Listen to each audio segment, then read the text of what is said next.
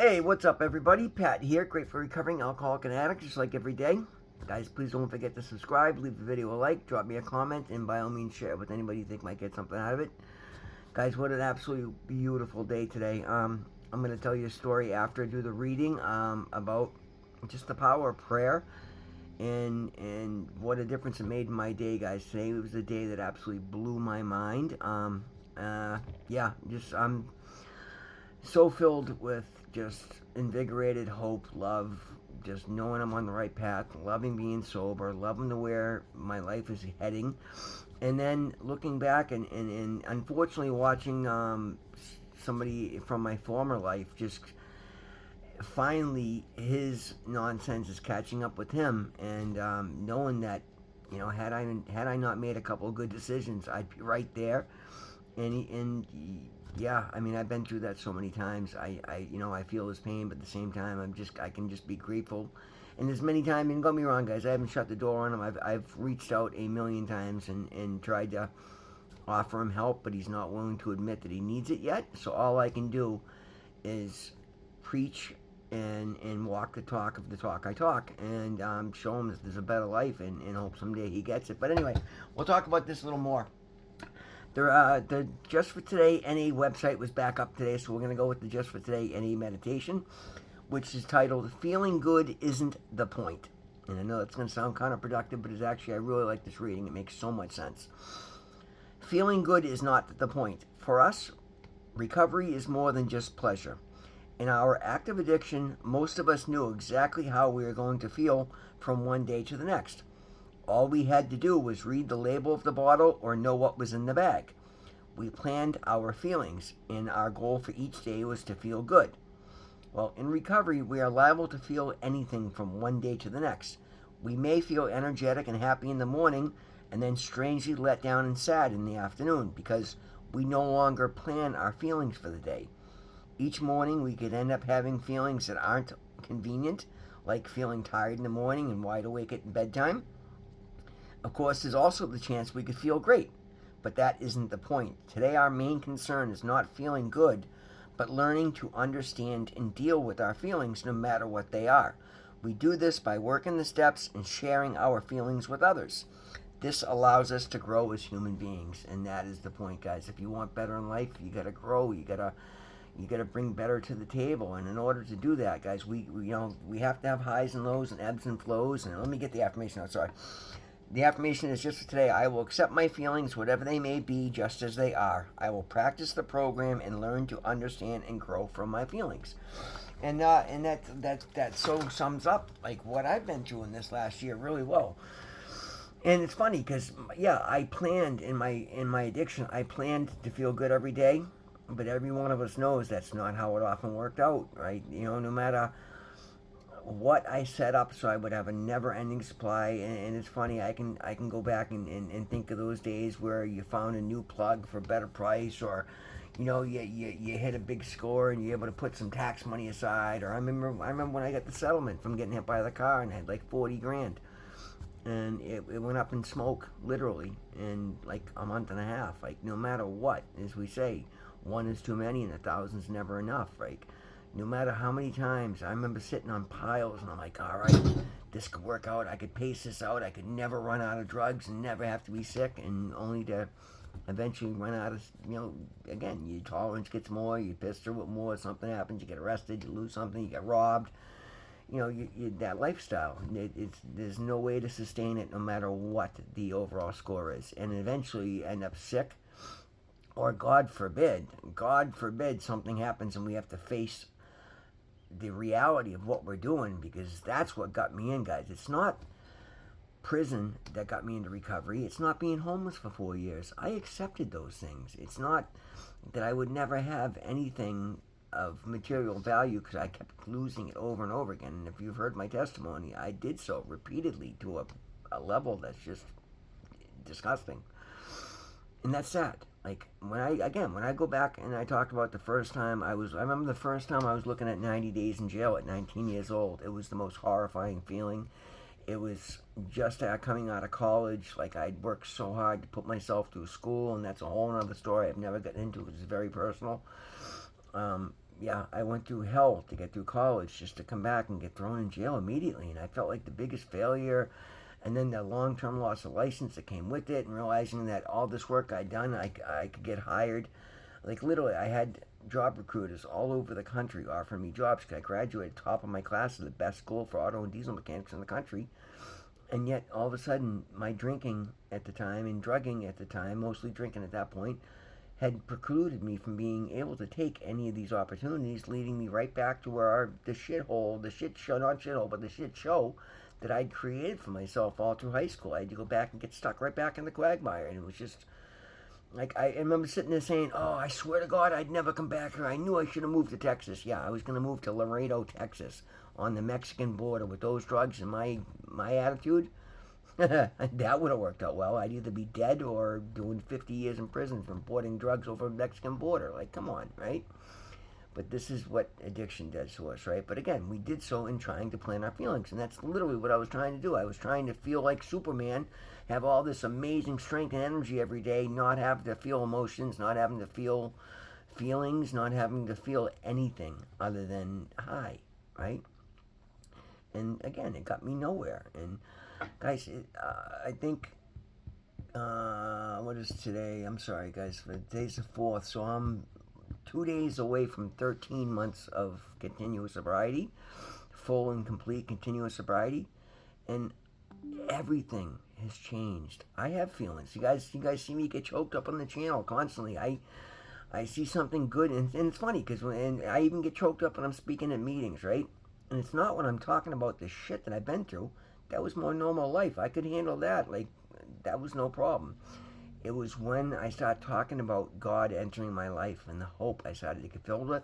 That's where I get choked up, guys. I get choked up over the beautiful beauty of this program, the beautiful just feelings that I have today. And they're not always easy. It's tough. I end up, tearing up and choking up, and then I feel responsible for things said. But you know what? I use it all for the good. Like, I look at it as everything I'm feeling makes me act in a better way because I'm paying attention to my feelings, and I'm doing things that I accept that, yeah, there's going to be down days. There's days I get lonely. I wish I, could go out and whatever, right? But no, I understand that I'm incredibly blessed just to have survived what I put myself through. The fact that I have God on my side. The fact that when I say a prayer, it gets answered. Maybe not in the way and today I don't even try to think of what I want the answer to be. But I'm going to share a story, guys. Today was an absolutely beautiful example of the power of prayer in my life. And this is why I tell you guys constantly, find your path and get into prayer and meditation, whatever your form of it may be. You don't have to follow my ways. This is just what's comfortable to me. But about 2 weeks ago, just before the big snowstorm, one of my customers reached out and asked me to come look at a job, and it's a job that I've done, and it's not one of my favorites. It's removing a sewerage house trap.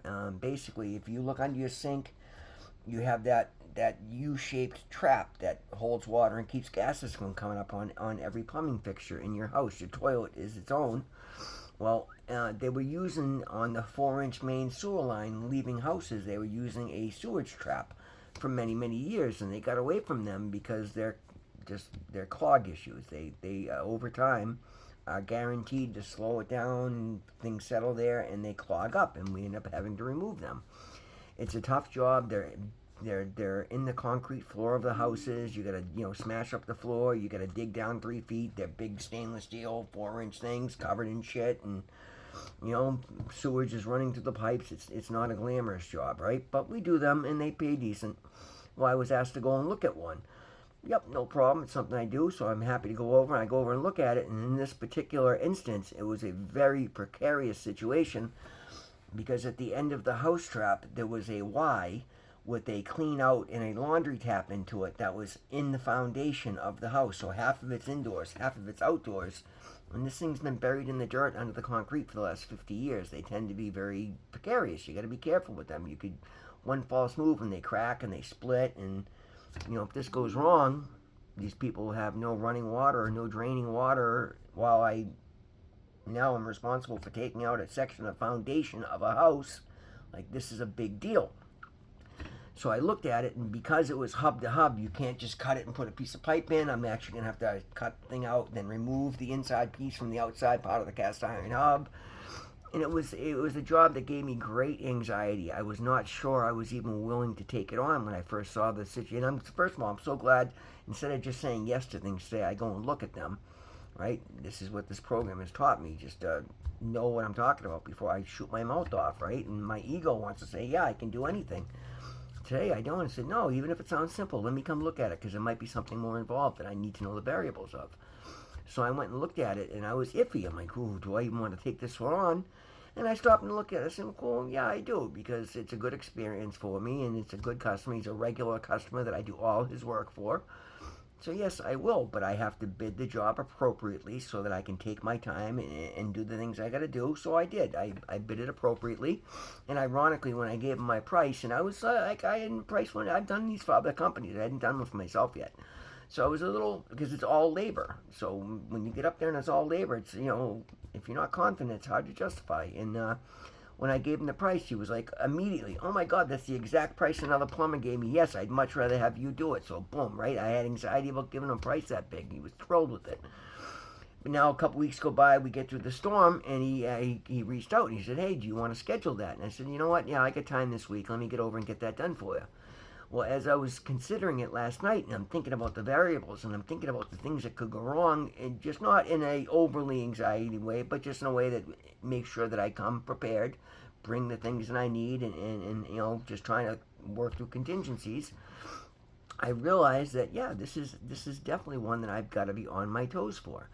So my first over and above thought was to mention my prayers last night, and when I get up this morning, I brought it up in my prayers again and said, God, I've prayed and I meditated. I know this is a job I should be doing. Please walk with me and help me get through this. I'm not asking you to do the job for me, but please help me to be on my toes and walk me through this job so it goes well. Guys, I scheduled 8 hours for the job. I didn't even schedule the water being shut down until between 11:30 and 12 o'clock. Because typically when I've done these jobs, the same job for another company, when even in a less precarious situation, there's been three of us. Because again, you got to smash the concrete, you got to dig 4 feet under the basement of the house, you got to cut through the cast iron pipes, you got to remove it, clean it out, and then you've got to prep it, and then you got to replace it with PVC pipe and clean outs and check valves and check for leaks and then backfill and then reconcrete. It's a big job. We schedule 8 hours for 3 men. I know I work harder than most, so I'm comfortable, so I could probably get it done in 8 hours. But again, hoping, and my big concern was that the water was only shut off and the drains only shut down for the window that I had available. So guys, after saying prayers, guys, I got supernatural results. And I say this because it's when I go to God and just speak honestly and ask Him to guide me in things. I walked into the job site at 7:30 this morning, realized I left the concrete saw back at the shop, so I drove back to the shop, get that, so I get back to the job at 8:15 this morning. At 10 o'clock, I was fully prepared, pipe cut out, but I wasn't supposed to shut the water off till 10:30. So I said, well, there's only one person home, and I can hear her on the computer upstairs, fair to say, because the problem is if they can run the water, they can flush the toilet, and you might get a surprise as you're disconnecting it. I said, this is going phenomenally well. Let me just go ahead and do it. And before I was even scheduled to shut the water down, I had replaced everything. I made a blind precision cut that saved me hours. Guys, at 11 o'clock in the morning, I was reconcreting the floor. Fully job done, fully tested, fully backfilled, putting the final layer of concrete. I left the job at 11:30 this morning. Done. Sent the customer pictures. He called me immediately. Said, oh my God, you're done. Everything looks amazing. Thank you for sending me so many pictures.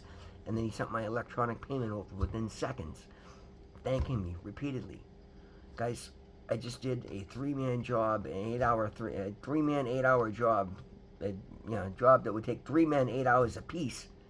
I did it in 2.5 hours, start to finish, and it went phenomenally well because I started rooted in prayer. Because I paid attention and I talked to God about it, and I made every right move. And I only say this because I honestly believe it went miraculously well, because God was letting me know when you do things right and you do things in prayer and you do things in faith, they go supernaturally well. Guys, I was literally driving away, trying to go through my mind to figure out what the difference was. And I mean, yes, I'll tell you one thing. I was sore. I was sweating bullets. I worked very hard because, again, I'm physically fit today. And where normally we'd be, just trying to shovel out because it's packed dirt, 50 years under concrete. But I'm strong as an ox today, and I was ripping through it. I'm able to wield my tools with a strength I'd never had before. The clarity in the mind, and I was prepared, and I brought extra stock so I didn't have to run around and get different things, and I went and returned the stuff I didn't need afterwards. It went supernaturally well because I did it with my hand in God. This is what I mean by the power of prayer, guys. Never underestimate the power of prayer. Never underestimate the power of working your program. The expansion that I'm seeing in my life in every area. Guys, putting up 380 at the bench press on Sunday. I'm going back to the gym tomorrow. I've got an appointment tomorrow morning to get my bottom teeth implanted in. Things are just progressing in the most amazing ways. My life is picking up a pace that is almost, well, if I wasn't so rooted in prayer, it'd be frightening right now. The rate I'm getting new customers, the rate I'm getting referrals, the rate I'm increasing my rate so I'm making more money. And then I'm getting phone calls all afternoon about the shit show I was talking about yesterday with my former boss having a fake license and doing illegal work at a building, and the whole mess that's coming down the line from that, knowing full well if my intuition wasn't on point, I could have made a bad move and walked into the middle of that nightmare. But again, I talked to God about every move I make, and He kept me out of the mess. I don't have any other rate, guys. When somebody calls me and says somebody else has shown up for 3 days, we have no heat and hot water, I respond. But because there was a couple of variables that I didn't feel comfortable with, it made me stop and pause, and I pivoted and stepped away from it.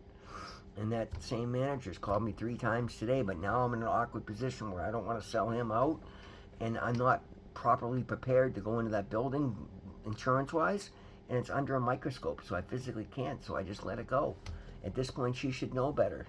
She shouldn't be trying to use me knowing I didn't have the right paper prop working, giving me that kind of liability, so I don't feel that I'd be helping somebody out. I feel like I'd be getting set up to take the fall for something else, and God's protecting me from that. Guys, you gotta pay attention. You gotta do things to the best of your ability. You gotta be the kindest, most compassionate person. You don't have to be. You don't have to do any of this. But if you want to get supernatural results in your life, you gotta step up. You got to bring more to the table in every situation. You got to find a way to stand out in every cry for kindness. Don't feel like you're owed or demanded anything. When I stopped demanding things, I started receiving tenfold more than I would have ever demanded by being kind and being fair and just trying to do the best of my ability, not focusing on material wealth, not focus on material good. And then suddenly, I'm in a financial position I never dreamed I'd ever be in. And then again, it's just the beginning, because I'm just at the beginning, because I'm bought in. And I continue to double down every day on faith, on recovery, on helping others, on being my best self, on making a difference in my community, on making a difference in recovery, by proving what's possible, right? These are things that make me proud of who I am. And that's something I never could say before. And I can honestly say today. And then furthermore, the confidence now, because I expect miracles. I receive them all the time. What you seek, you will find. Look for the best. Do the best. Be your best. Help as many of those around you. Don't look down on anybody, because you know what? Every one of us is fighting a battle that you know nothing about, so just be kind. Don't add to somebody else's nightmare. Try to alleviate some of it and just watch the blessings flow into your life. I promise you they will. Guys, thank you so much for being here with me. Always remember, God loves you. I love you. We'll see you in the next one.